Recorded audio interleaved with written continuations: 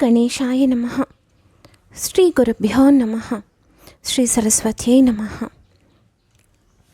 संस्कृतकथा लोभस्य परिणामः। कश्चित् वृद्धः व्याघ्रः आसीत्। सः नद्याः तीरे अतिष्ठत्। तस्य हस्ते स्वर्णकङ्कणम् आसीत्।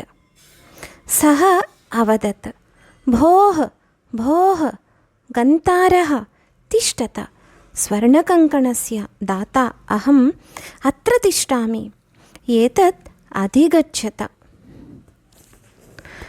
परं कस्यापि श्रोतुः तस्मिन् विश्वासः नाभवत्। सर्वे अचिन्तयन्, सर्वेषां हन्ता एषः स्वर्णकङ्कणस्य लोभं दर्शयतीति। एवं चिन्तयितारः ते व्याघ्रात् भयभीताः अभवन्। द्राक् च ततः अधावन्। तदा कश्चित् मुग्धः ब्राह्मणः तत्र आगच्छत्। तमपि व्याघ्रः तथैवावदत्। ब्राह्मणः अचिन्तयत्, भाग्यैनैव एतत् सम्भवति। स्रष्टुः आज्ञां विना नेदृशः दाता सम्भवति।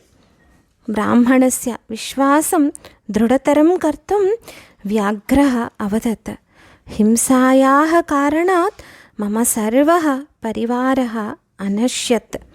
अधुना दानशीलः होता चाहं धर्ममाचरामि। ब्राह्मणं विश्वासयुक्तं दृष्ट्वा व्याघ्रः पुनः अकथयत्, नद्यां स्नानं कृत्वा एतत् कङ्कणम् अधिगच्छं, येनाहं पुण्यम् अर्जेयम्। मुग्धः ब्राह्मणः नदीं प्रविशत्। तत्र सः महापङ्के च निमग्नः अभवत्।